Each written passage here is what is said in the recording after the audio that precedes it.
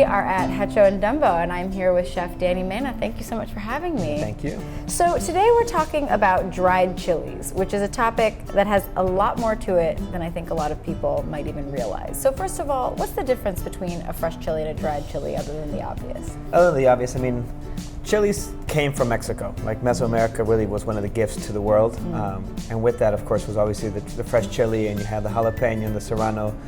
But then you have also all your dried chilies. And there's a couple ways. There's some that are just plain dried and some that are actually smoked. And then you'll have a whole nother depth of flavor and a whole nother kind of flavor profile.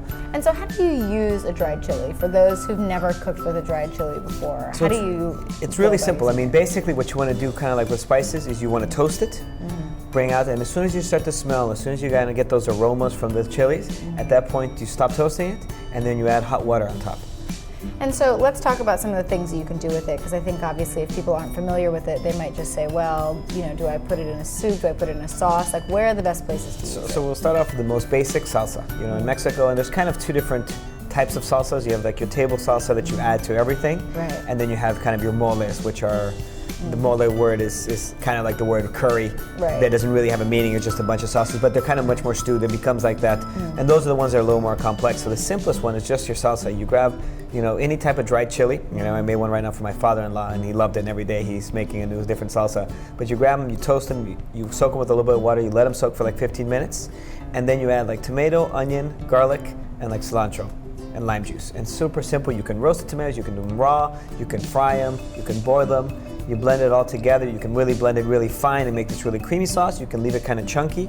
But you have the chili, you have that foundation, that all that kind of, so like pozoles and soups, and like, I mean, most sauces in Mexico have a dried chili as a foundation. And so where should people look for dried chilies, and kind of what are the buzzwords that they should be using? Obviously some peppers they're familiar with, some chilies they're not, but what are the chilies that people should be looking for when they're going to buy and make for themselves? So the most common chilies, and the ones that I think have the most depth of flavor, are your chile guajillo, and that one has a really like nutty kind of sweetness to it, and it's really not too spicy, so that one you can kind of use as a foundation.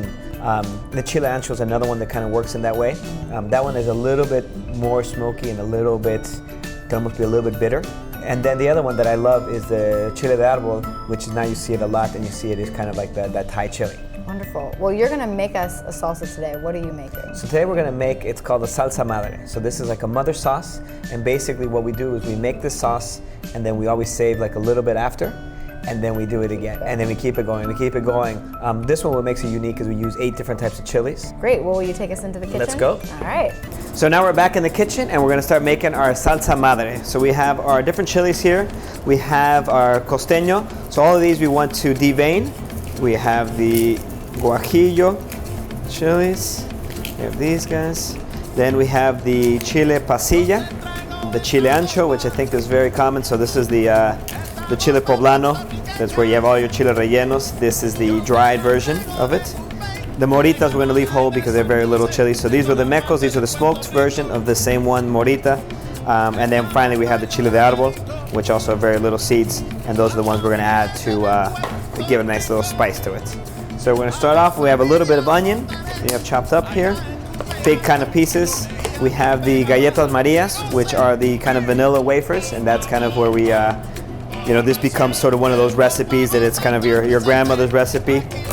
You know, that who knows how it started, but many years ago, somebody in my family decided to use galletas Marias, and now the tradition lives on. We had a couple pieces of garlic. One of the other elements of this sauce that really makes it quite interesting is we have sesame seeds. So sesame seeds add that kind of creaminess also when you start blending it at the end, and then a little bit of clove, and then we add some plantain. So between the cookies and the plantain, this is kind of where we get our sweetness for this dish.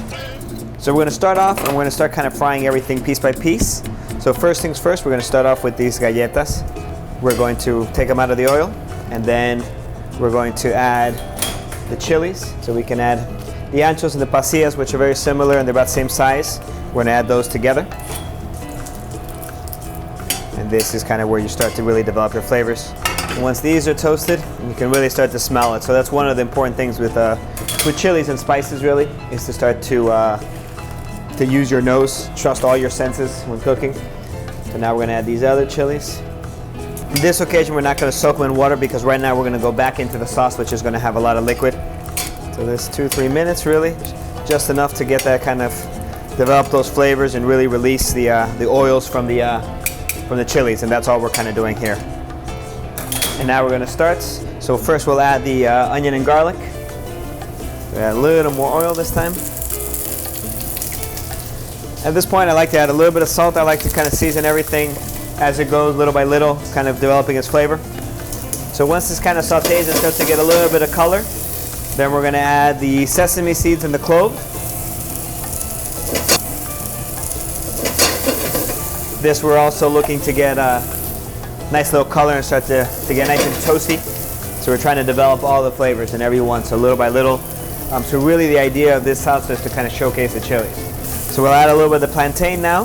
That one we're also going to start to brown a little bit and caramelize. This one we add a little bit later just because we don't want to burn the plantains. So once all that kind of starts to toast, then we're going to add our chilies back. We're going to add our cookies, and then we're going to add some stock. And now at this point, we're going to let it cook for about 15 minutes. And then after that, we're going to blend it really, really well. And then we're going to come back and we're going to cook it again. At this point, I really don't add much more salt or any other seasoning because as you reduce it and the flavors start to blend together, you really want to wait till that happens and then you can add the salt, because once you over season it here, the only other option is to add water or stock, and that just reduces and kind of brings down all the other flavors. So we're going to cook this for like 10 minutes. Okay, so now that we've blended it, we've brought it back down now and we have this really creamy sauce. And now what you want to do is you want to cook it for another 10 or 15 minutes. This really starts to have all the flavors and kind of come together. And really the best is almost to let this sauce sit overnight, and then the next day is when you want to serve it. Typically they make the moles in Mexico, these kind of complex salsas the day before. So all those kind of flavors really come together. It's kind of like a good whiskey or a good mezcal needs a little time to rest. So once we have it and we start kind of reducing this sauce and bringing all the flavors together, that's when we kind of start to taste it and we start to make sure that it is the flavor we're looking for. And then at that we also make sure that it's the right consistency. So if it's a little too watery, then we just keep kind of reducing it down. And if it's a little bit too thick, we can just add a little more stock or water. So this one we're serving it with chicken. You know, typically a lot of time moles and these kind of complex salsas are served with like chicken or rabbit. I'm particularly not a huge fan of chicken, but I think it works very well with this sauce because since it doesn't have a lot of flavor, like lamb can have such a gamey, such a strong flavor, so it can be overpowering. But this nice kind of chicken is really mild and it's a beautiful kind of like white canvas, so that you can really taste this kind of sauce that we're really proud about. So for this one, this dish we're going to use this kind of little spring chicken, poussin. Works really great, nice and tender, really soft, delicate flavors. So we have our sauce. So what I like to do is actually we're going to put on the bottom of the plate. This really kind of makes sure that you can control the amount of sauce that you're looking for, and it also doesn't like soften up the chicken. There's something really beautiful about that kind of crisp chicken. And then we just put the chicken right in the middle. We plate that, and then we add a little bit of our sesame seeds. And we're just going to sprinkle that kind of around. Now there's a good garnish, but it kind of adds a little bit of crunch to your sauce. It adds a little bit of character.